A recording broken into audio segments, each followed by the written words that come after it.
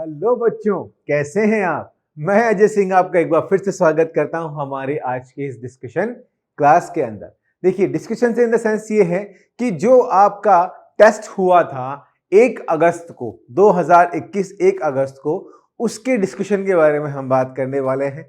I hope आप सबने बहुत अच्छे से पेपर दे भी लिया होगा और मैं आशा करता हूं कि आपने जो मार्क्स लिए होंगे वो बहुत अच्छे ही लिए होंगे, नो डाउट। ठीक है, तो वो आपको पता लग ही जाते हैं। चलिए, तो आज हम डिस्कशन करते हैं उस पेपर का जो कि हमने 1 अगस्त को दिया था। ठीक है, चलिए स्टार्ट करते हैं हमारे FTR हिंदी PT1 टेस्ट के बारे से। चलिए, तो स्टार्ट करेंगे हम हमारे फर्स्ट क्वेश्चन से, जो आपके 151 से स्टार्टेड है। ठीक है, जूलॉजी के जो क्वेश्चन है वो आपके 151 से स्टार्टेड है। चलिए, निम्नलिखित को कीप कोशिकाएं भी कहते हैं। ठीक, अब देखिए यहां पे किसकी बात कर रहा है, ये कीप कोशिकाओं की बात कर रहा है। तो आप ये बताइए, कीप कोशिकाएं हमने किस में पढ़ी थी। कीप कोशिकाएं हमने पढ़ी थी यहां पर जब हमने बात करी थी किसकी, एनिमल किंगडम के अंदर। किसकी बात करी थी, कौन से फाइलम की बात करी थी, पॉरीफेरा की बात करी थी।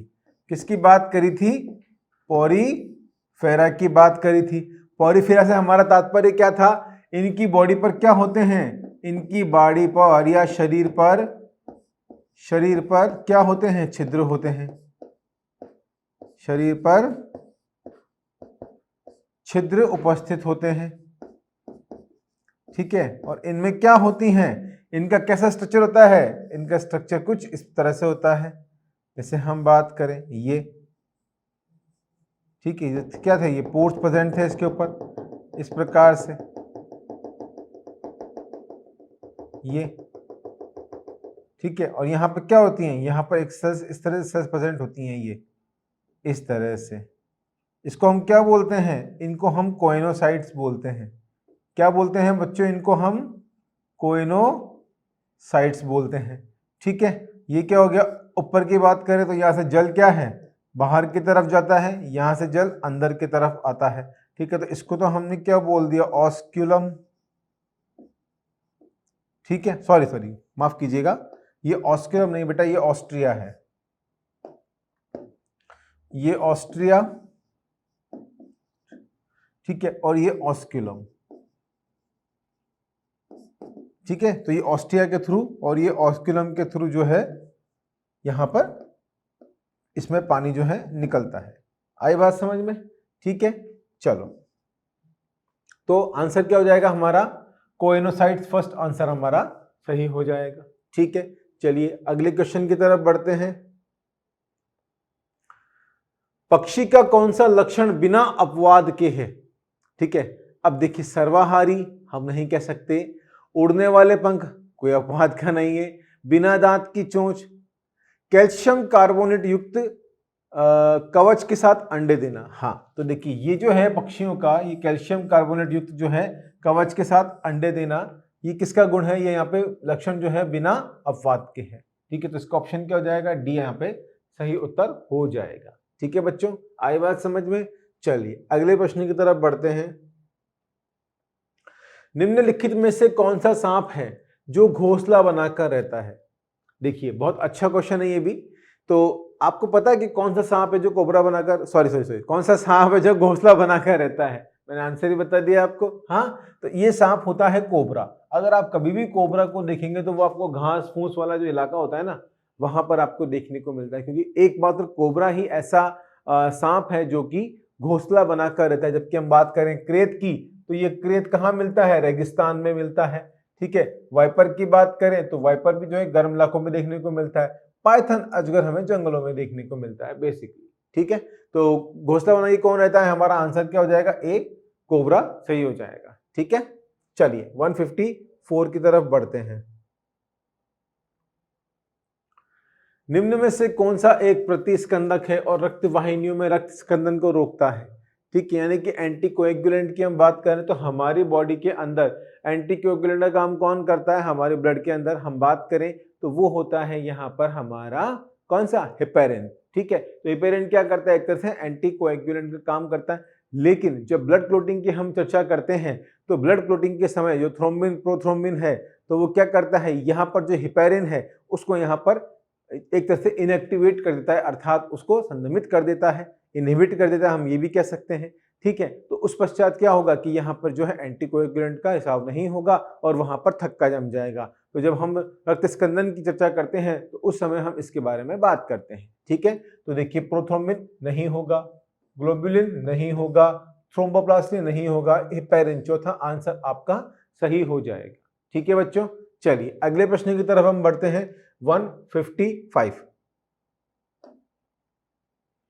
पति और पत्नी के रक्त समूह के परीक्षण के बाद चिकित्सक ने उन्हें एक से अधिक बच्चा नहीं रखने के लिए कहा। इस युग्म का रक्त समूह हो सकता है। देखिए हमने बात करी थी एंटीजन के बारे में। ठीक है, किसके बारे में बात करी थी हमने? एंटीजन के बारे में। ठीक है, दूसरी चीज हमने बात करी थी RH पॉजिटिव ग्रुप और RH नेगेटिव के बारे में। ठीक है, जो किससे मिला था? रेसस मंकी से, रेसस मंकी। ठीक है, यानी कि अगर एंटीजन प्रेजेंट है तो RH पॉजिटिव, एंटीजन नहीं है तो RH नेगेटिव हो जाता है। ठीक है, अब देखिए यहां पर बोल रहा है कि पति पत्नी और रक्त के समूह में के रक्त समूह के परीक्षण के बाद, यानी कि देखिए हमने बात करी थी अगर या तो नर नेगेटिव हो, मतलब RH माइनस की हम बात कर रहे हैं। ठीक है, या फिर मादा नेगेटिव हो, या मादा पॉजिटिव हो, नर नेगेटिव हो, या नर पॉजिटिव हो, या मादा नेगेटिव हो। तो ये चार कारक की हमने बात करी थी। अब इसमें बोल रहा है कि परीक्षण के बाद उन्होंने एक से अधिक बच्चा नहीं रखने के लिए क्या कहा। ठीक है, तो एक कंडीशन की हमने बात करी थी इरिथ्रोब्लास्टोसिस फेटालिस। किसकी बात करी थी? Erythroblastosis fetalis. ठीक है, तो इरिथ्रोब्लास्टोसिस फेटालिस में क्या हो रहा था, यहां पर जो है बार बार बच्चा जो है कंडीशन ये नेगेटिव वाली थी, उस कंडीशन को हमने कहा था। ठीक है, तो यहां पर क्या होगा, जो मादा होगी वो कैसी थी? मादा तो थी यहां पर नेगेटिव। मादा कैसी है? नेगेटिव ब्लड ग्रुप है। ठीक है, हम ब्लड ग्रुप की बात कर रहे हैं। ठीक है, और नर की बात करें हम तो नर कैसा था? नर पॉजिटिव ब्लड ग्रुप का था। ठीक है, तो होता क्या है कि पहली प्रेगनेंसी में तो कोई दिक्कत नहीं होती है। ठीक है, लेकिन सेकंड प्रेगनेंसी के अंदर क्या होता है, अगर मान लीजिए क्या होता है, जैसे बच्चा पहला पैदा हुआ, अगर मां के गर्भ में बच्चे का ब्लड ग्रुप अगर नेगेटिव है तो कोई इशू नहीं है, दूसरा बच्चा आसानी से हो सकता है। लेकिन अगर पहले ही बच्चे का पॉजिटिव ब्लड ग्रुप है तो जब माता की डिलीवरी होती है, ठीक है, यानी कि पार्चुरेशन और लैक्टेशन पीरियड की हम बात करें तो उस समय क्या होता है कि कुछ मात्रा के जो बच्चे का ब्लड है वो माता के ब्लड से कॉन्टेक्ट में आता है। ठीक है, संपर्क में आता है। तो उस पश्चात क्या होता है कि माता के ब्लड में इसके ब्लड के प्रति क्या होती है, यहाँ पर एक बार बात करें हम कि प्रतिरोधता, मतलब एक तरह से कह सकते हैं कि जो इसके नेगेटिव ब्लड के प्रति इसमें जो है क्लोटिंग हो सकती है, मतलब इन द सेंस अगर हम बात करें। ठीक है ना, तो इस कंडीशन में क्या करते हैं, आजकल के इलाज के अंदर हम बात करें तो एंटी डी दे देते हैं। क्या लगाते हैं? एंटी डी इंजेक्शन लगाते हैं। तो होता क्या है कि जो भी एंटीबॉडी बनी होती है, ठीक है, वो क्या होती है, एक तरह से खत्म हो जाती है, तो अगला बच्चा कंसीव कर सकते हैं। लेकिन पहले के जमाने में अगर बात थी तो यही होता था कि जो है एक ही बच्चा, अगर मान लीजिए पहला बच्चा ही पॉजिटिव ब्लड ग्रुप का है, पिता के हिसाब से अगर ब्लड ग्रुप पॉजिटिव आता है तो फिर यहाँ पर दिक्कत होती है। ठीक है, तो यहाँ पर आंसर क्या हो जाएगा हमारा, पति और पत्नी के बीच में RH मादा नेगेटिव, ये बी वाला। ठीक है, ये ऑप्शन यहाँ क्या हो जाएगा, करेक्ट हो जाएगा। ठीक है, चलिए 156, तो संयोजी ऊतक की निम्न में से कौन सी कोशिका प्रतिरक्षा स्थापित करती है? ठीक है, अब देखिए यहाँ पे प्रतिरक्षा की बात कर रहा है, तो प्रतिरक्षा कौन कौन स्थापित करेगी? संयुक्त ऊतक की, तो मास्ट सेल, ठीक है, रेटिकुलर कोशिका, एडिपोस कोशिका और प्लाज्मा कोशिका। तो देखिए हमने बात करी थी कि कौन सी कोशिका, तो मास्ट सेल भी क्या करती है, एक तरह से सिक्रीशन करती है। ठीक है, संयोजक की, और जबकि रेटिकुलर कोशिका की हम बात करें तो यहाँ पे आंसर क्या हो जाएगा हमारा, रेटिकुलर कोशिका ही हो जाएगा। ठीक है, कनेक्टिव टिश्यू की बात करने में कौन सी कोशिका प्रतिरक्षा स्थापित करती है, तो रेटिकुलर कोशिका प्रतिरक्षा स्थापित करती है। ठीक है, आई बात समझ में, या मास्ट सेल करती है, बताइए, एडिपोज कोशिका, प्लाज्मा कोशिका। ठीक है, चलिए तो 156 कंप्लीट। 157 की हम बात करें बच्चों, अंतराली योजी ऊतक में सर्वाधिक मात्रा में उपस्थित कोशिकाएं होती हैं। देखिए तो अंतराली योजी ऊतक की अगर हम बात करें तो सर्वाधिक मात्रा में इसमें कौन सी कोशिकाएं उपस्थित होती है, इसके अंदर जो पाई जाती हैं वो तंतुकोरक कोशिकाएं पाई जाती हैं। कौन सी पाई जाती हैं? तंतुकोरक कोशिकाएं। तो ये क्या हो गई? तंतुकोरक कोशिकाएं, इसका तीसरा आंसर हो जाएगा। ठीक है, चलिए 158 की बात करें, कॉलॉन में, ठीक है, यानी कि डाइजेशन से चैप्टर है हमारा, पाचन अवशोषण, पाचन एवं अवशोषण से। कॉलन में इसकी भित्ति में स्थित संकुचन छोटी थैलीनुमा संरचना बनाते हैं, जिन्हें हम क्या कहते हैं, यानी कि कॉलन के भाग की बात कर रहा है। संकुचन छोटी थैलीनुमा संरचना बनती है जिन्हें हम क्या बोलते हैं? हॉस्ट्रा बोलते हैं। ठीक है, किसके अंदर? कॉलन वाले भाग में। ठीक, तो ये लार्ज इंटेस्टाइन वाला पार्ट हो गया। ठीक है ना, तो क्या होता है, इसको क्या बोलेंगे? हॉस्ट्रा बोलते हैं। एक छोटी थैलीनुमा संरचना बनती है कुछ इस प्रकार से। ठीक है, ये ऐसे पाउचेस लाइक इस प्रकार से, तो इसको हमने क्या बोला यहाँ पे? हॉस्ट्रा। इसको ये पाउचेस लाइक स्ट्रक्चर बनते हैं, इसको क्या बोला हमने यहाँ पर? हॉस्ट्रा। ठीक है, चलो 159, मनुष्य में एक बार दंती दंतों की संख्या। तो मनुष्य में क्या होते हैं? हमने फॉर्मूले की बात करी थी, कौन कौन सी? 2 1 2 3।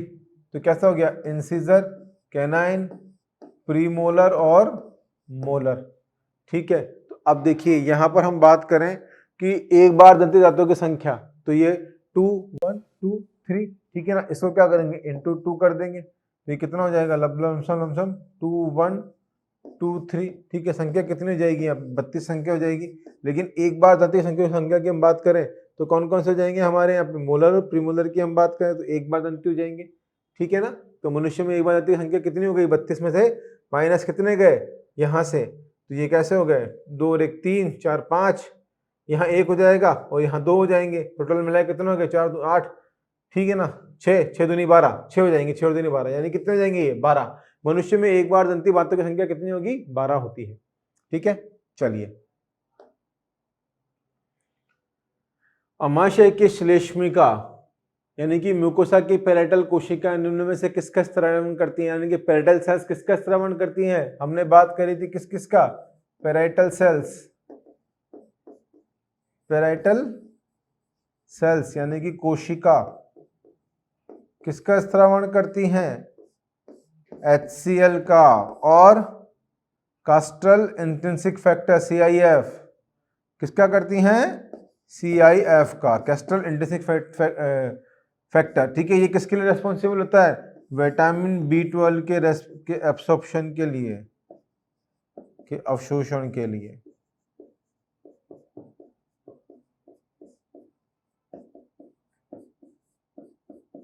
आई बच्चों बात समझ में? तो तीसरा उत्तर क्या हो जाएगा यहाँ पर? सही हो जाता है। ठीक है, चलिए अपने क्वेश्चन से मैच करते रहिएगा। 161, निम्न में से कौन सा यकृत का कार्य नहीं है? तो देखो यकृत क्या करता है? ये कार्य नहीं की पूछा, यकृत क्या करता है? डीएमिनेशन करता है, बिल्कुल सही है। बाइल का संग्रहण करता है? नहीं। बाइल का क्या करता है? उत्पादन करता है, बाइल का उत्पादन। ठीक है, प्लाज्मा प्रोटीन का संश्लेषण सही है, वसा में घुलनशील विटामिन का संग्रहण सही है। तो उत्तर कौन सा है? कार्य नहीं है, ये वाला जो कार्य है वो गलत मतलब हो जाएगा। ये करता क्या है? बाइल का संग्रहण नहीं करता, बाइल का उत्पादन करता है, सिंथेसाइजेशन करता है। ठीक है, तो दूसरा उत्तर सही हो जाएगा। नेक्स्ट 162, टाइलिन अमाशय में कार्य नहीं करता क्योंकि ये हो जाता है। देखिए तो टाइलिन की हम बात कर रहे हैं तो ये क्या होता है? HCl, जैसे स्टमक में क्या होता है? HCl होता है, हाइड्रोक्लोरिक एसिड होता है। ठीक है, तो हाईली हम कह सकते हैं कि फ्लेमेबल कह सकते हैं एक तरह से। ठीक है, तो ये क्या होता है कि टाइलिन जो है वो हाइड्रोक्लोराइड की उपस्थिति के अंदर निष्क्रिय हो जाता है। तो पहला ही क्वेश्चन जो है आपका बिल्कुल सही होता है। रेनिन के कारण नहीं, रेनिन का कोई रोल नहीं है इसके अंदर। ठीक है, रेनिन को किसमें करते हैं? तो बच्चों के अंदर जो दूध पीते हैं बच्चे, उसको क्या करता है? कैल्शियम पैराकार्बोनेट को कैल्शियम पैराकार्बोनेट में कन्वर्ट करने का काम करता है। छोटे बच्चों में क्या होता है कि दूध का दही बन जाता है। ठीक है, पेप्सिन के कारण निष्क्रिय नहीं, इनमें से कोई नहीं। तो यहाँ पे क्या होगा उत्तर हमारा? ए सही हो जाएगा। ठीक है, चलिए 163 की बात करें। एंजाइम ट्रिप्सिनोजन स्त्रावित होता है। ठीक है, अब देखिए ट्रिप्सिन की बात करें, हम ट्रिप्सिनोजन की बात करें, ये पता है क्वेश्चन बहुत इंपॉर्टेंट हो जाते हैं, क्योंकि ये जो क्वेश्चन है इस तरह के क्वेश्चन डाइजेशन में से यहीं से पूछे जाते हैं, यानी कि आपको एंजाइम्स के बारे में डिटेल पता होनी चाहिए। ठीक है, कि कौन कौन सा एंजाइम जो है कहाँ से उनका स्रावण होता है। आई बात समझ? चलिए, तो ट्रिप्सिनोजन की हम बात करें तो ट्रिप्सिन को कौन होता है? ट्रिप्सिन जो है ट्रिप्सिन को एक्टिवेट करता है एक तरह से। ठीक है ना, ट्रिप्सिनोजन को ब्रेक डाउन करता है। एंजाइम ट्रिप्सिनोजन के स्रावित होता है किसके अंदर? अग्नाशय के अंदर। किसमें? पेनक्रियास के अंदर। ठीक है, तो उत्तर क्या हो जाएगा इसका? अग्नाशय। ठीक है, आमाशय मत समझ लीजिएगा, अग्नाशय में। ठीक है बेटा, आमाशय में तो क्या निकलता है? HCl निकलता है। ठीक है, जबकि ट्रिप्सिनोजन की बात करता है। ठीक है ना, तो ट्रिप्सिनोजन कहां निकलेगा? अग्नाशय अर्थात पेनक्रियास। ठीक है, चलिए यहां से क्या निकलता है? पेंक्रियाटिक जूस बोलते हैं ना हम।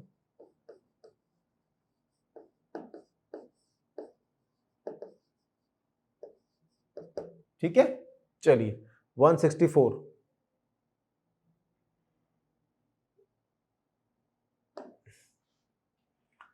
फुफ्फुसी संवर्धन गतियां किसके कारण है? ठीक है, अब देखिए फुफ्फुसी मतलब हमारे लंग से संबंधित है, संवर्धन गतियों की बात कर रहा है किसके कारण होती है।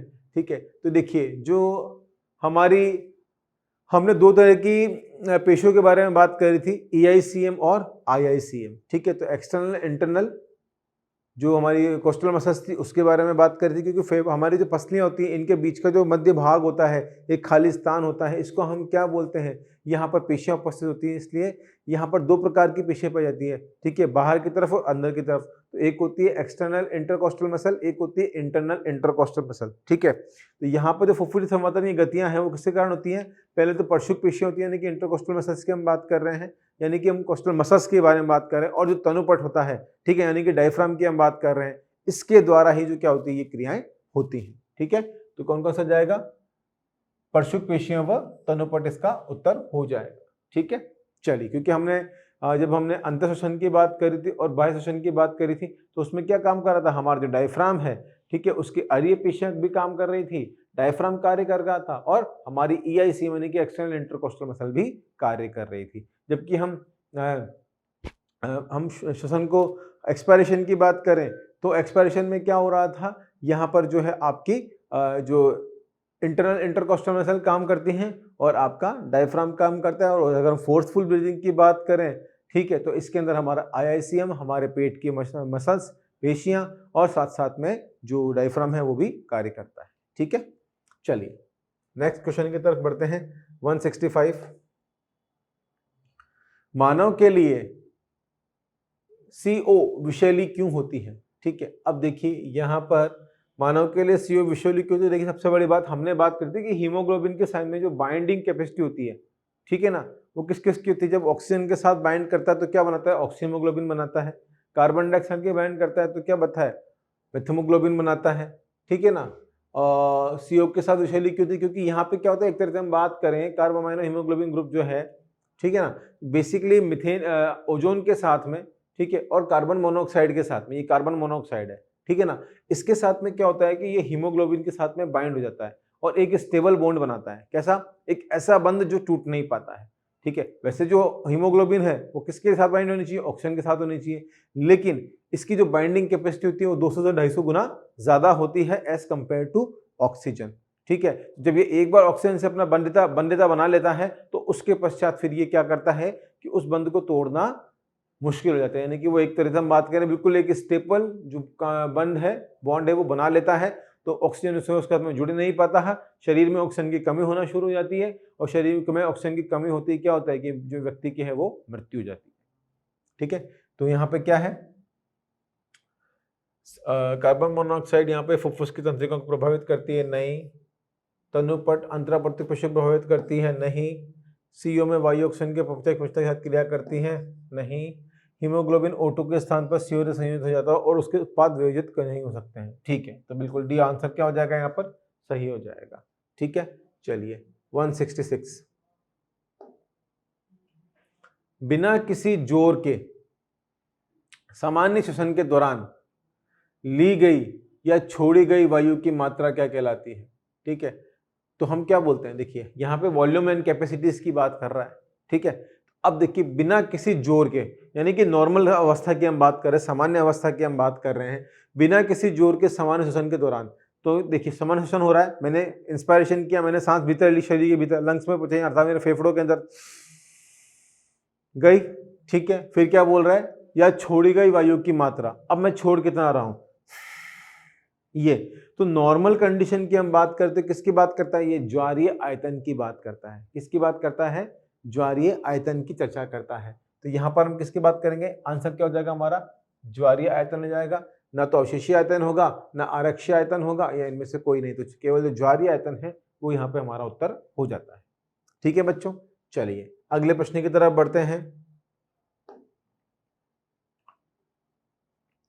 हैम्बर्गर्स प्रक्रिया व्याख्यान करता है। तो देखिए यहाँ पे बात पूछ रहा है आपसे, हैम्बर्गर्स फिनोमिना। अगेन ये क्वेश्चन कहाँ से है, आपके श्वसन से है, ठीक है, श्वसन वाले अध्याय से है। तो हमने बात करी थी जब हमने CO2 का ट्रांसपोर्टेशन पढ़ा था, ठीक है ना, किस तरह से होता है, ऑक्सीजन का पढ़ा, फिर CO2 का पढ़ा था। तो CO2 के अंदर हमने क्या देखा था कि जो हैम्बर्गर की प्रक्रिया होती है इसको हम क्या बोलते हैं, एक और नाम से जानते हैं, क्लोराइड शिफ्ट के नाम से। तो अंदर क्या होता है कि अंदर की तरफ से जब रिएक्शन की हमने बात करी थी कार्बन डाइऑक्साइड में, तो होता क्या है कि जो अंदर आरबीसी में और प्लाज्मा में, ठीक है ना, तो आरबीसी के अंदर प्लाज्मा में क्या होता है कि आयनिक बैलेंस को मेंटेन रखने के लिए यहाँ पर जो बाइकार्बोनेट है, ठीक है ना, तो उसकी फॉर्म के अंदर जो है 97% जो है बात करें जो कार्बन डाइऑक्साइड है वो मतलब ट्रेवल करती है, ठीक है, आई बात समझ में, 93% के लमसम।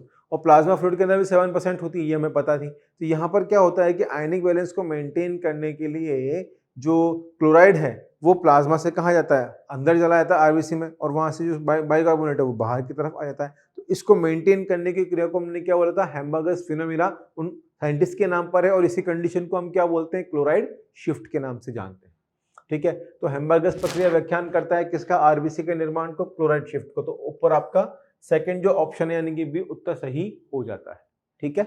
चलिए अगले प्रश्न की बात करें, 167, 168। एक बच्चा सामान्य जन्म के पश्चात मरा है या जन्म से पहले, यह किससे को मापकर निश्चित किया जाता है, ठीक है।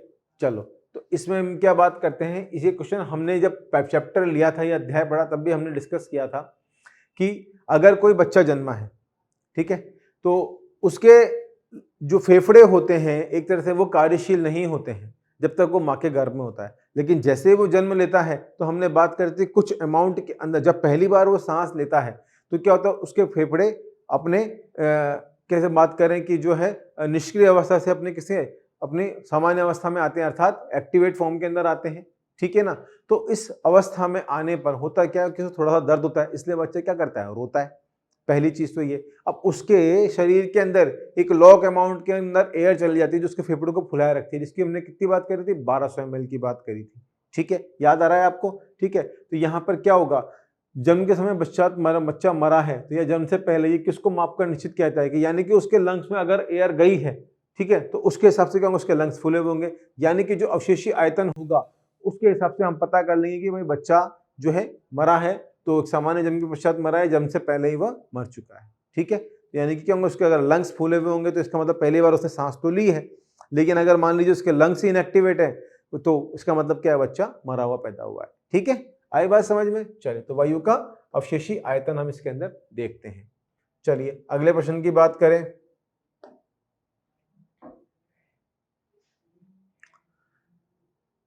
निम्नलिखित में से कौन सा कारक P50 मान को बढ़ाता है। तो यहाँ पे हम किसकी बात कर रहे हैं, P50 का मतलब हमने यहाँ पे ऑक्सीजन डिसोसिएशन कर्व की बात कर रहे हैं, और HbO2 यानी कि हीमोग्लोबिन, ऑक्सी हीमोग्लोबिन विस्थापन वक्र को दाईं और सरका देता है, और अपमम, और ठीक है, ये थोड़ा सा टाइपिंग मिस्टेक है बच्चों, छोड़िए इसको आप।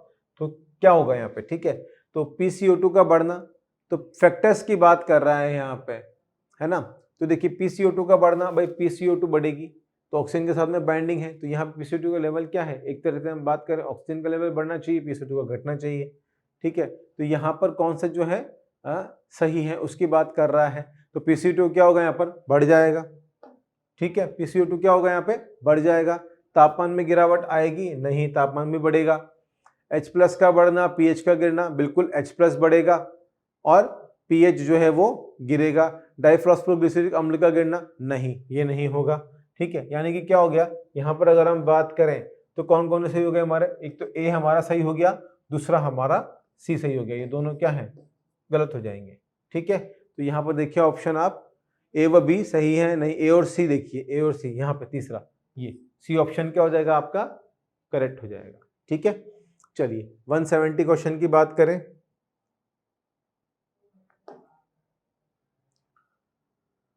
ट्रैकीकार्डिया, ठीक है, टैकीकार्डिया बोल रखा है, ठीक है, टैकीकार्डिया भी बोल देते हैं इसको हम। तो टैकीकार्डिया क्या है, हमने बात करी थी, दो कंडीशन होती है, एक तो कौन सी होती है, टैकीकार्डिया।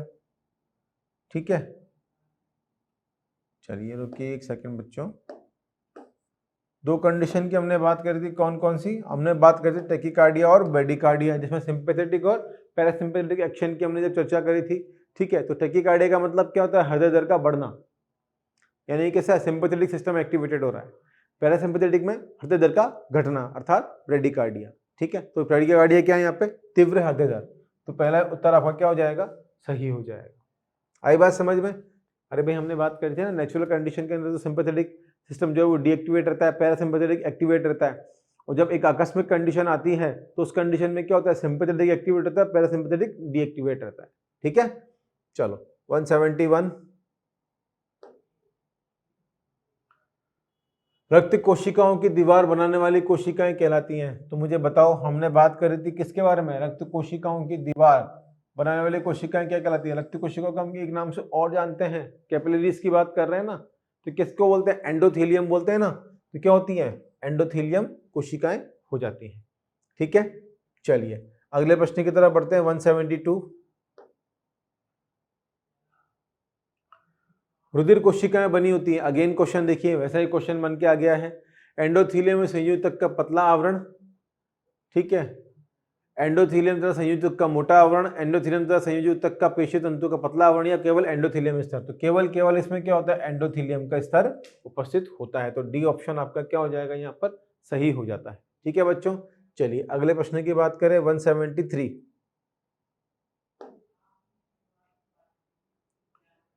हृदय में, मनुष्य के हृदय में कितनी संकुचन गांठें होती हैं। देखिए बहुत अच्छा प्रश्न है, मनुष्य के हृदय में कितनी संकुचन गांठें होती हैं बेटा, मनुष्य के हृदय में केवल 2 संकुचन गांठें उपस्थित होती हैं। ठीक है, चलिए अगले प्रश्न की बात करें। 174, कॉर्डा टेंडिनी यानी कि कंडेली रज्जु कहाँ स्थित होते हैं। तो हमने कॉर्डा टेंडिनी कहाँ पढ़े थे, हमारे हृदय के अंदर पढ़े थे। किसमें पढ़े थे, हमारे हृदय के अंदर पढ़े थे, नहीं पढ़े थे। ठीक है, ये देखिए यहाँ भाग की हम बात करते हैं, क्या था, पार्टीशन, यहाँ पे क्या था, एक वॉल था, यहाँ पर एक वॉल्व था। ठीक है, यहाँ पर बात करें एक वॉल था, यहाँ पर एक वॉल था। ठीक है, यहाँ पर क्या था, ऐसे नोड। ठीक है, यहाँ पर क्या था, एवी नोड। ठीक है, यहाँ से क्या गए, पुरकिंजे फाइबर जा रहे हैं, पूरे बंडल ऑफ हिस्सा, यहाँ से क्या हुआ ये। ठीक है, और फिर यहाँ से क्या थे, ये ऐसे वलन थे, ये हम बात करें वाल्व थे। ठीक है, ये इस तरह से, ये दो, यहाँ पे ट्राइकास्पिड वाल्व था, यहाँ पे ये बाइकास्पिड वाल्व था। ठीक है, और ये किससे अटैच थे, हृदय के, यहाँ पे टेंडी, कॉर्डा टेंडिनी के थ्रू। तो इनको क्या बोला था हमने, ये कॉर्डा टेंडिनी बोला था। ठीक है, और क्या होती है यहाँ अंदर की तरफ, क्या होती है, पेपिलरी मसल्स होती हैं इस तरह से। ठीक है, तो इनको क्या बोला था हमने, कॉर्डा टेंडिनी।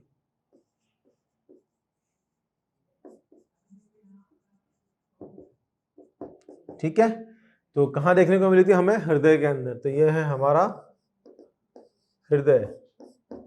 ठीक है, तो हृदय के किसमें, नीले वाले भाग में। ठीक है, ये तो ऊपर तो कौन सा हो गया, आलिंद हो गया। ये भी देखिए ट्रिकी क्वेश्चन है, आलिंद हो गया, और नीचे की तरफ बात करें तो यह निलय में हो गया। तो यानी कि ये तो क्या सा हो गया, ये तो एट्रियम। ठीक है, और ये वेंट्रिकल। ठीक है, तो वेंट्रिकल में मिलेगा, तो हृदय के निलय में। बी ऑप्शन क्या हो जाएगा, सही हो जाएगा। चलिए अगले प्रश्न की बात करें। 174, ठीक है, 174, ठीक है। एक मिनट रुकिए बच्चों, 174 हमने कर लिया है, 173, 174, 175, ठीक है। निम्न में से कौन सी धमनी डायफ्राम को रक्त वितरित करती है? ठीक है, चलिए, निम्नलिखित में कौन सी धमनी डायफ्राम को रक्त वितरित करती है? देखिए, तो डायफ्राम में क्या मैं फ्रेंड्रिक मसल्स की बात कर रही थी, तो यहाँ पे कौन सी होती है? फ्रेंड्रिक धमनी होती है, जो इसको यहाँ पर क्या करती है? रक्त को जो है वितरित करने का कार्य करती है। तो 175 का क्या हो जाएगा? ए आंसर हो जाएगा। ठीक है, चलिए 176, डायपेडेसिस क्या है? चलिए, डायपेडेसिस बहुत अच्छा क्वेश्चन है, ये पहले भी नीट में पूछा जा चुका है इस तरह से रिलेटेड क्वेश्चन। डायपेडेसिस क्या है? डायपेडेसिस की हमने बात करी तो यहाँ पर जो WBC होती हैं वो क्या करती हैं? बाहर निकलकर क्या काम करती हैं? यहाँ पर जीवाणु को नष्ट करने का काम करती है। ठीक है, हमने मोनोसाइट्स की बात करी थी, ठीक है, हमने लिम्फोसाइट्स की बात करी थी और हमने WBC की भी बात करी थी। WBC क्या है? प्रोटेक्टर सेल्स होती है, भक्षक कोशिकाएं होती हैं, फेगोसाइटिक नेचर होता है इनका। तो क्या करती हैं? जो है सेल से बाहर निकलती हैं और क्या करती है? जीवाणु को नष्ट करने का कार्य करती हैं। तो एक प्रकार के अमीबॉइड गति नहीं, और हानिकारक जीवाणु को नष्ट करने के लिए कुछ प्रकार की श्वेत कणिकाओं का रुधिर कोशिका भित्ति से होकर ऊतक में आना, बिल्कुल सही। तो यहाँ पे क्या होगा? एक तरह से हम बात करें, बी ऑप्शन जो है आपका सही हो जाएगा। ठीक है, इसको क्या बोलते हैं? हम डायपेडेसिस के नाम से जानते हैं। चलिए 177, रेट्रो पेरिटोनियल वृक्क है। ठीक है, तो रेट्रो पेरिटोनियल वृक्क की हम बात करते हैं, यानी कि क्या हमारी जो किडनियां हैं उनके बारे में बात कर रहा है। रेट्रो मतलब क्या? पुराने की तरफ, पेरिटोनियल, ठीक है, पेरिटोनियल जो है उसका आस्तरण होती है, तो कहां पर होती है? मछलियों के वृक्क में नहीं, अधर सतह पर पेरिटोनियम से अवतरित वृक्क, ठीक है, और पृष्ठ सतह पर पेरिटोनियम से अवतरित वृक्क। तो अब देखिए ये कहां पे होता है? मतलब पीछे की तरफ तो क्या होता है? ये पृष्ठ सतह पर अवतरित होता है, लेकिन अधर वाले भाग से करें ये अवतरित नहीं होता है। ठीक है, इसलिए इसको क्या बोलते हैं? रेट्रोपेरिटोनियल बोलते हैं। तो ये क्या हो गया? पृष्ठ सतह पर पेरिटोनियल से अवतरित वृक्क। ठीक है,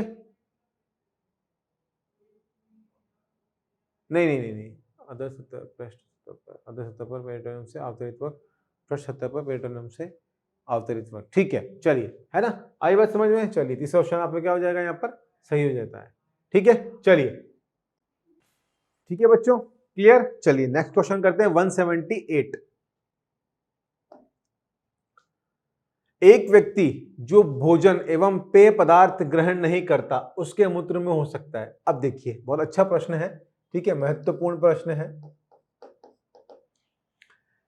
एक व्यक्ति जो भोजन में पेय पदार्थ ग्रहण नहीं कर रहा, अब देखो वो भोजन भी नहीं ले रहा, वो पेय पदार्थ भी नहीं ले रहा है, यानी कि ना तो कार्बोहाइड्रेट ले रहा है ना वो जल ले रहा है। ठीक है, तो उसके शरीर में क्या होगा?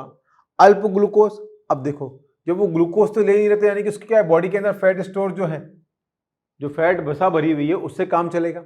ठीक है, तो पहले क्या करती है बॉडी? कार्बोहाइड्रेट का यूज करती है, फिर फैट का इस्तेमाल करती है, फिर प्रोटीन का इस्तेमाल करती है। ठीक है, सर्वाधिक एनर्जी किससे मिलती है? फैट से मिलती है। आई बात समझ में? चलो, बी कम यूरिया। तो देखो कम यूरिया तो बनने का सवाल उठता ही नहीं, क्योंकि यहाँ पर जो है एक तरह से हम बात करें कोई क्रिया नहीं होगी। ठीक है, लेकिन यूज किसका हो रहा है? फैट का हो रहा है। ठीक है, ग्रहण नहीं करता उसके मूत्र में हो सकता है क्या? कम वसा अधिक यूरिया। ठीक है, तो फैट को यूज करेगा। यहाँ पे होगी क्या? कम यूरिया नहीं बनेगी, यहाँ पर बनेगी अधिक यूरिया। क्या बनेगी? अधिक यूरिया का यहाँ पर निर्माण होता है। तो उत्तर सही आपका तीसरा हो जाएगा। ठीक है, चलिए 179, रक्त का कौन सा घटक वृक्कों से परिसंचारित होने के पश्चात अपरिवर्तित रहता है? अब देखो यहां पर किसकी बात कर रहा है? रक्त के फिल्ट्रेशन का प्रोसेस की बात कर रहे हैं, जो किसमें होता है? नेफ्रॉन में हो रहा था। नेफ्रॉन में हमने स्ट्रक्चर पढ़ा था कौन सा? पीसीटी और डीसीटी। ठीक है, तो अगर हम पीसीटी को बात करें तो समयपस्थ कुंडलित नलिका बोलते हैं, जबकि डीसीटी को दूरस्थ कुंडलित नलिका बोलते हैं।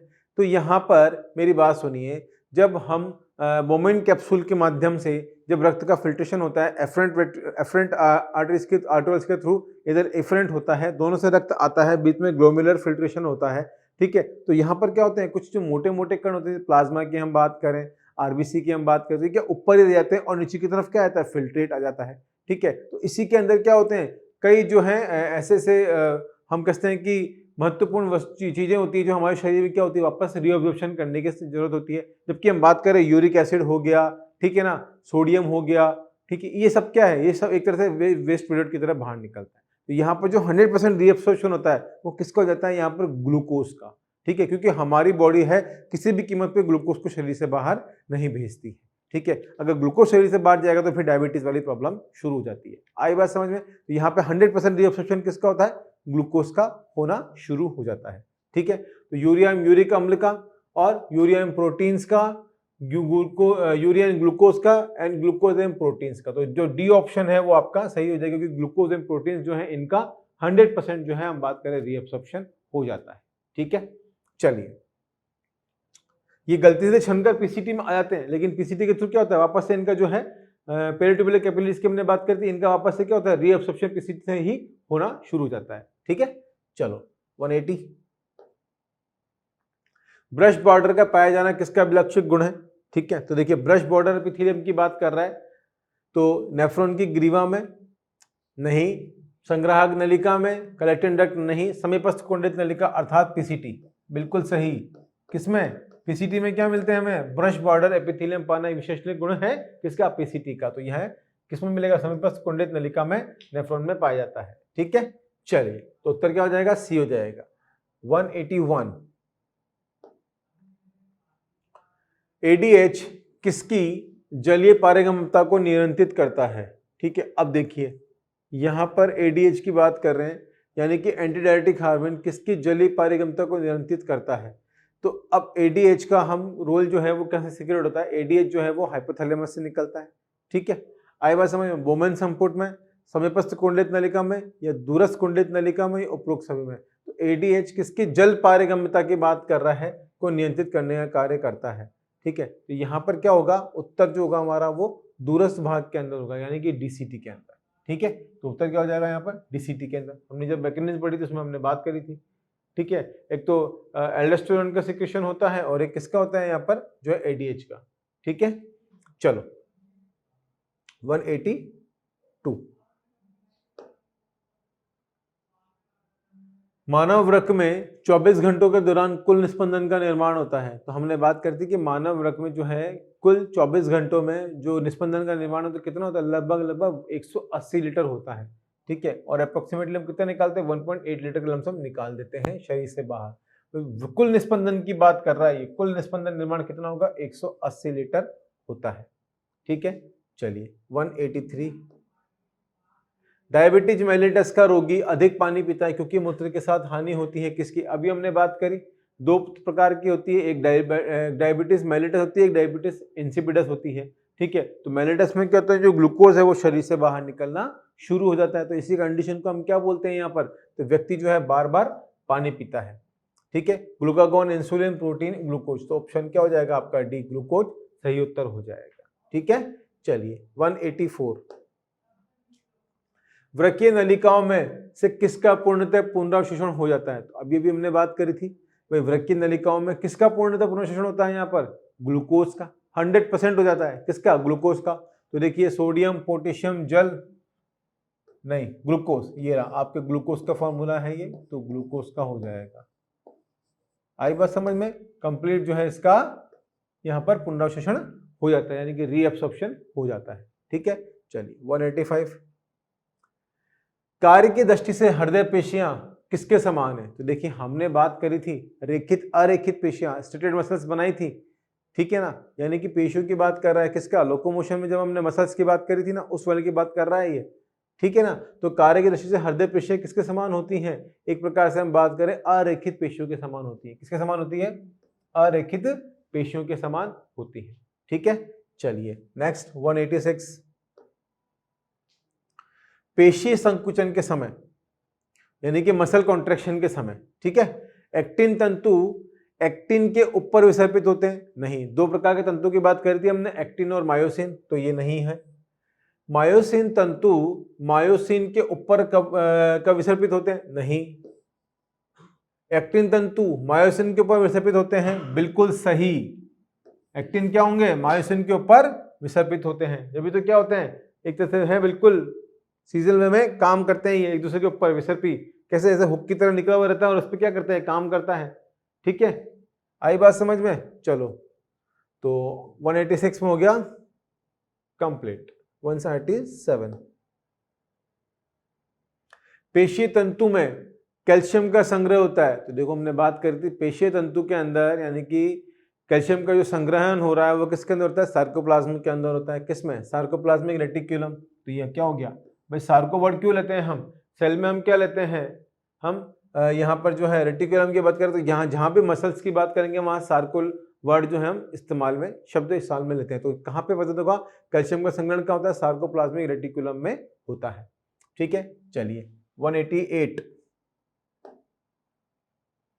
जेड डिस्क का निर्माण होता है। तो हमने बात करी थी किस किस की, आई बैंड की बात करी थी, ठीक है ना, एच बैंड की बात करी थी, एम बैंड की बात करी थी, जेड डिस्क की बात करी। तो जेड डिस्क का जो निर्माण होता है वो कहां पर होता है, एक्टिन प्रोटीन के द्वारा होता है। किसके द्वारा होता है, यहाँ पर एक्टिन प्रोटीन के द्वारा, एक्टिनिन प्रोटीन के द्वारा जेड डिस्क का निर्माण होता है। ठीक है, आई बात समझ में? चलिए गाबा अमाइनो ब्यूटेरिक अम्ल है, ठीक है, गाबा हो गया, सेरोटोनिन हो गया, ये सब कैसे काम करते हैं, इनहिबिटर की तरह काम करते हैं। कैसे काम करते हैं, इनहिबिटर की तरह। तो इनको हम क्या बोलते हैं, प्रतिरोधी न्यूरोह्यूमर बोलते हैं। ठीक है, आई बात समझ में? चलो 189 का ए ऑप्शन हो गया तब का क्लियर। 190 की तरफ बढ़ते हैं। तंत्रिका आवेग के संचरण के समय एक्सोलीमा में विद्रुवता होती है, कैसे? ठीक है, तो देखिए एक तो हमने बात करी थी कौन सी, हमने बात करी थी रेस्टिंग स्टेट की बारे में, दूसरी हमने बात करी थी यहाँ पर डीपोलराइजेशन की, तीसरी हमने बात करी थी रिपोलराइजेशन की, और चौथी हमने चर्चा करी थी हाइपरपोलराइजेशन की। तो यहाँ पे किसकी बात कर रहा है, ये विध्रुवता की बात कर रहा है, यानी कि ध्रुवता फिर विध्रुवता, यानी कि डीपोलराइजेशन स्टेट है। ठीक है, तो उस कंडीशन में क्या होगा, यहाँ पर जो तंत्रिका आवेग का संचरण होगा वो किस प्रकार से होगा, तंत्रिका आवेग का जो संचरण है उसमें क्या होगा, देखिए ये चैनल थे इस प्रकार से, ये यहाँ पे क्या है, यहाँ पे ज्यादा चैनल किसके हैं, पोटेशियम के हम मान लेते हैं, और यहाँ पर क्या हो गया, ये सोडियम का चैनल हो गया। ठीक है, तो यहाँ से तो क्या होता है, पोटेशियम बाहर जाता है इस तरह से। ठीक है, तो ये कौन सी स्टेट है, रीपोलराइजेशन, सॉरी ये हो जाएगी हमारी पोलराइजेशन। कौन सी स्टेट हो जाएगी बच्चों, ये तो हो जाएगी पोलराइजेशन। ठीक है, समझना बात को आप। ठीक है, यहाँ पे क्या होगा, सोडियम अंदर की तरफ आएगा।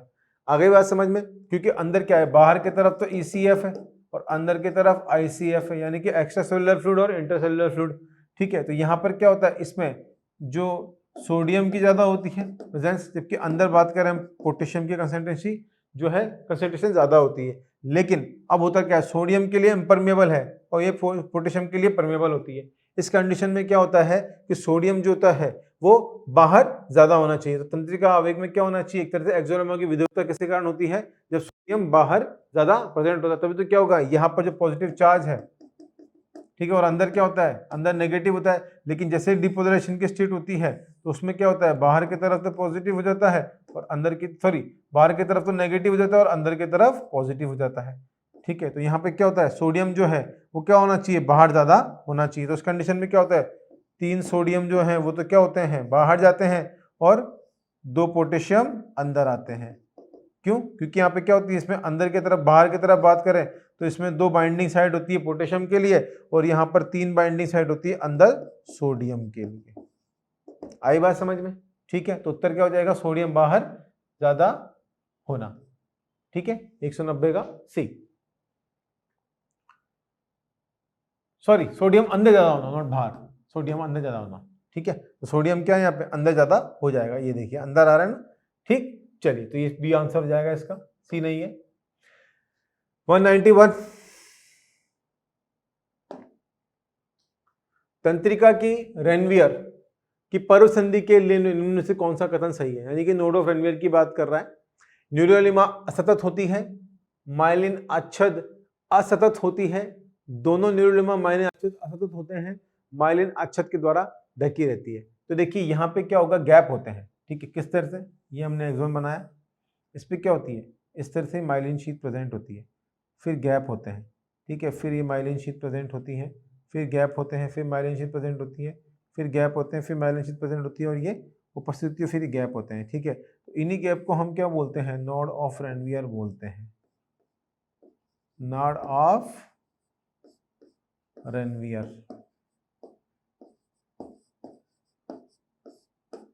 ठीक है, आई बात समझ में? यानी कि क्या होती है, जो माइलिन है कैसी होगी, दोनों न्यूरोलिमा तथा माइलिन आच्छद असतत होते हैं। ठीक है, कैसे होंगे, न्यूरोलिमा और माइलिन जो है यहाँ पे असतत नहीं होगी, माइलिन आच्छद और असतत होते हैं। तो माइलिन है, ये माइलिनेट शीथ है, इसको हम क्या बोलेंगे, ये माइलिन शीथ है। ठीक है, ये कैसी है, आच्छद है। ठीक है, और असतत यानी कि बीच में गैप है, तो उत्तर क्या हो जाएगा इसका, बी आंसर हो जाएगा। ठीक है, आई बात समझ? चलो 192, तंत्रिका झिल्ली की विश्रामी अवस्था यानी कि कौन सी, रेस्टिंग स्टेट की बात कर रहा है। यदि सांद्रण प्रवणताओं के आधार के कारण विसरण होने दिया जाए तो प्रवाह किस दिशा में होगा। अब देखो, ये तंत्रिका झिल्ली की बात कर रहे हैं कि तंत्रिका से ये न्यूरॉन्स की बात कर रहा है। ठीक है ना, तो यहाँ पर अगर हम बात करें तो किस दिशा में होगा, पोटेशियम तथा सोडियम का कोशिका के बाहर को। विश्रामी अवस्था में बात कर रहा है तो क्या होता है, सोडियम तो जो है क्या रहेगी, कोशिका के भीतर की तरफ आएगी और पोटेशियम क्या है, बाहर की तरफ जाएगा। विश्राम अवस्था की हम बात कर रहे हैं, तो सोडियम को कोशिका के भीतर को, सोडियम कोशिका के बाहर को, पोटेशियम कोशिका के भीतर को। ठीक है, तो यहाँ क्या होगा, हमने बात कर दी अभी भी, सोडियम तो क्या एक चैनल कम चैनल प्रेजेंट अंदर आएगा, पोटेशियम बाहर की तरफ जाएगा, तो उत्तर क्या हो जाएगा, बी हो जाएगा। ठीक है, थोड़ा सा दिमाग लगाने की जरूरत होती है, क्वेश्चन अपने आप हल होना शुरू हो जाते हैं। चलिए, सब थ्योरी बेस्ड है, आपको पता ही है। 193, सुप्त कला विभव का मान होता है। देखिए, सुप्त कला विभव की बात कर रहा है यहाँ पर, तो इसका मान कितना है, -40 मिलीवोल्ट, -60 मिलीवोल्ट, -70 मिलीवोल्ट, -80 मिलीवोल्ट। तो याद कीजिए, हमने बात करी थी सुप्त कला विभव के मतलब विश्राम अवस्था के अंदर कितना होता है, -70 मिलीवोल्ट होता है। फिर जब हम डिपोलेशन की बात करते हैं तो उस अवस्था में कितना होता है, 10 से 15 ये कम होता है, -55। ठीक है, फिर उसके बाद हम बात करें, फिर क्या ये 0 से होता हुआ वापस बढ़ जाता है किसके अंदर, रिपोलराइजेशन के अंदर। तो रिपोलराइजेशन में होता है तो कहां तक पहुंचता है, +30 मिलीवोल्ट तक, -55 मिलीवोल्ट है ये। ठीक है, फिर उसके बाद हम बात करें जब हाइपरपोलेशन की स्टेट होती है कहां तक पहुंच जाता है ये, +30 से होता हुआ वापस तक कहां पहुंचता है, वापस अपने लेवल पर आता है, तो -70 से कहां पहुंचता है, टू -90 मिलीवोल्ट तक। आई बात समझ में? ठीक है, चलिए, तो उत्तर क्या हो जाएगा, सी। 194, दूसर द्रव्य श्वेत द्रव्य से इस बात से भिन्न है कि इसमें, दूसर द्रव्य मतलब ग्रे मैटर, श्वेत द्रव्य यानी कि व्हाइट मैटर। ठीक है, इस बात से भिन्न कि इसमें एक्सोन का अभाव होता है, माइलिन आच्छद अनुपस्थित होता है, माइलिन आच्छद का पाया जाता है। तो देखिए, दूसर द्रव्य की हम बात करें तो यहाँ पे क्या होती है, माइलिनेटेड होते हैं, क्योंकि नर्व फाइबर प्रेजेंट है, पूरा बंडल गुच्छा बनाते हैं, तो यहाँ पे माइलिन आच्छद का क्या होता है, पाया जाना होता है। तो यहाँ माइलिन आच्छद क्या होते हैं, पाए जाते हैं। तो ऑप्शन क्या हो जाएगा, थर्ड आंसर आपका सी आंसर सही हो जाएगा।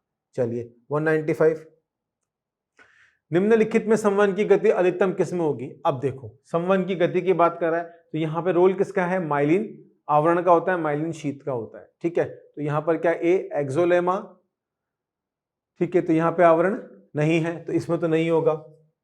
ठीक है, बी एक्सोलेमा है, ठीक है, न्यूरोलेमा प्रेजेंट है, चलो ठीक है, लेकिन इसमें क्या है, माइलिन शीथ नहीं है।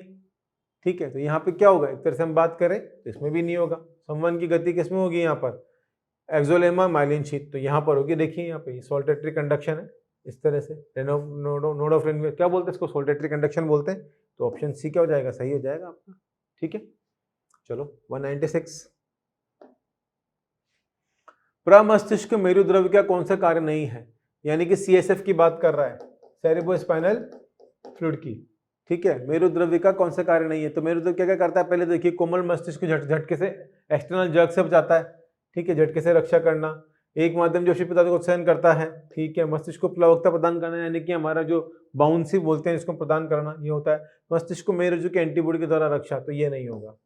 पहला उत्तर क्या हो जाएगा आपका, सही हो जाएगा। ठीक है, चलिए 197 की हम बात करें, ब्रोका क्षेत्र स्थित होता है, ब्रोका हमने बात करी थी ना, ब्रोका मतलब बोलना। ठीक है, तो हमारा ब्रोकास एरिया जो होता है वो कहाँ है, हमने बात करी थी फ्रंटल। ठीक है, फ्रंटल, ये टेम्पोरल, ये पैराइटल और ये पीछे की तरफ ऑसिपिटल, ऐसे होता है। ब्रेन की हमने बात करी थी, मेनिंजेस की भी हमने बात करी थी। 3 तरह के मैटर होते हैं, कौन कौन से? डूरा मैटर, एर्कोनॉइड मैटर और पाया मैटर। तो एर्कोनॉइड कौन सा होता है? सबसे मतलब मैमेलियन का करेक्ट विशेषतम गुण होता है, कैरेक्टर होता है एर्कोनॉइड मैटर, ठीक है, केवल मैमेलियन के अंदर ही पाया जाता है। ये भी हमने बात करी थी।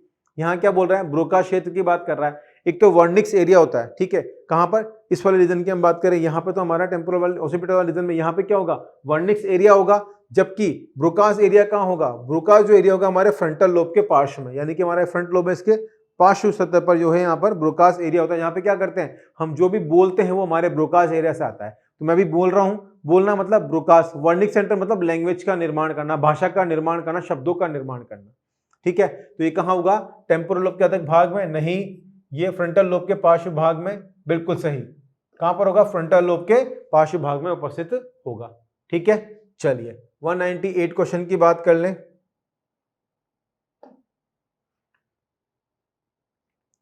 रेटिना के मध्य एक छोटा सा गड्ढा होता है जिसमें केवल शंकु पाए जाते हैं, तो इस भाग को क्या कहते हैं? यानी कि देखिए, शंकु की बात करें, हमने रोड एंड कॉन्स की भी बात करी थी। तो रेटिना के मध्य में एक छोटा सा गड्ढा, ठीक है, पीछे की तरफ एक गड्ढा प्रेजेंट होता है, ठीक है ना, जिससे हम शंकु पाए जाते हैं। इस भाग को हम क्या बोलते हैं? फोसिया सेंट्रलिस, फोविया सेंट्रलिस के नाम से जानते हैं। किस नाम से जानते हैं? फोविया सेंट्रलिस के नाम से जानते हैं। अंत बिंदु कहाँ होता है? पीछे की तरफ होता है, ठीक है, एरे सेंट्रलिस नहीं होता है, ठीक है, और सेटन है। फोविया सेंट्रलिस इसका क्या हो जाएगा? सही उत्तर हो जाएगा, ठीक है। 199 हार्मोन का समूह जो कोशिका द्रव्य बंधित ग्राहियों से संबंधित है। अब देखिए, हार्मोन के समूह के बारे में पूछ रहा है जो कि कोशिका द्रव्य बंधित ग्राहियों यानी कि रिसेप्टर्स से संबंधित होता है, ठीक है। तो देखिए, यहां पर हार्मोन का कौन सा समूह है जो कोशिका द्रव्य बंधित ग्राहियों संबंधित है? तो हाइपोथैलेमस हार्मोन और एपिनेफ्रिन? नहीं, ये तो नहीं होगा, ठीक है। दूसरी हम बात करें थायराइड हार्मोन और एस्ट्राडोयल, बिल्कुल, यहां पे बंधित ग्रंथि की बात करें कोशिका द्रव्य से, तो थायराइड हार्मोन हो जाएगा पहला, और दूसरा कौन सा जाएगा यहाँ पे? एस्ट्राडोल हो जाएगा। जबकि इंसुलिन ग्लूकागोन नहीं होगा, जीएच और एमएसएच भी नहीं होगा। तो उत्तर क्या हो जाएगा? ऑप्शन बी आपका सही उत्तर हो जाता है, ठीक है। चलिए लास्ट क्वेश्चन, मूत्र में सोडियम के उत्सर्जन को नियंत्रित कौन करता है? अब देखो, मूत्र में बात करें किसके? सोडियम के उत्सर्जन को, ठीक है ना, कौन नियंत्रित करता है? अग्र पीयूष ग्रंथि? नहीं साहब, पीयूष ग्रंथि का इसमें रोल नहीं आ रहा, ठीक है। फिर एड्रिनल कॉर्टेक्स, बिल्कुल एड्रिनल कॉर्टेक्स, ठीक है। तो एड्रिनल यानी कि हम एड्रिनल की बात कर रहे हैं, तो यहाँ पे दो रीजन होते हैं हमारे, ठीक है। कहाँ होता है? एक तो एड्रिनल कॉर्टेक्स होता है और एक एड्रिनल कौन सा? मेडुला वाली भाग करते हैं। तो यहाँ पे जो एड्रिनल का कॉर्टेक्स भाग है, किडनी के ऊपर प्रेजेंट होता है ना, एड्रिनल ग्लैंड, ये किडनी होती है हमारी, ठीक है, ये किडनी है, ठीक है, ये किडनी है, इस पे क्या प्रेजेंट होता है? ये, ठीक है, ये एड्रिनल ग्लैंड होता है,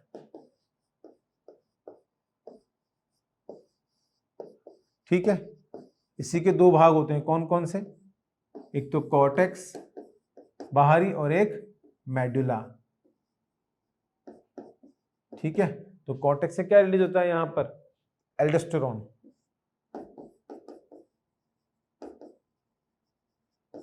आई बात समझ में? तो मूत्र में सोडियम को स्वयं को नियंत्रित करने का काम करता है एड्रिनल कॉर्टेक्स, जो है यहाँ पर कार्य करता है। तो ऑप्शन बी क्या हो जाएगा? यहाँ पर सही हो जाएगा, ठीक है।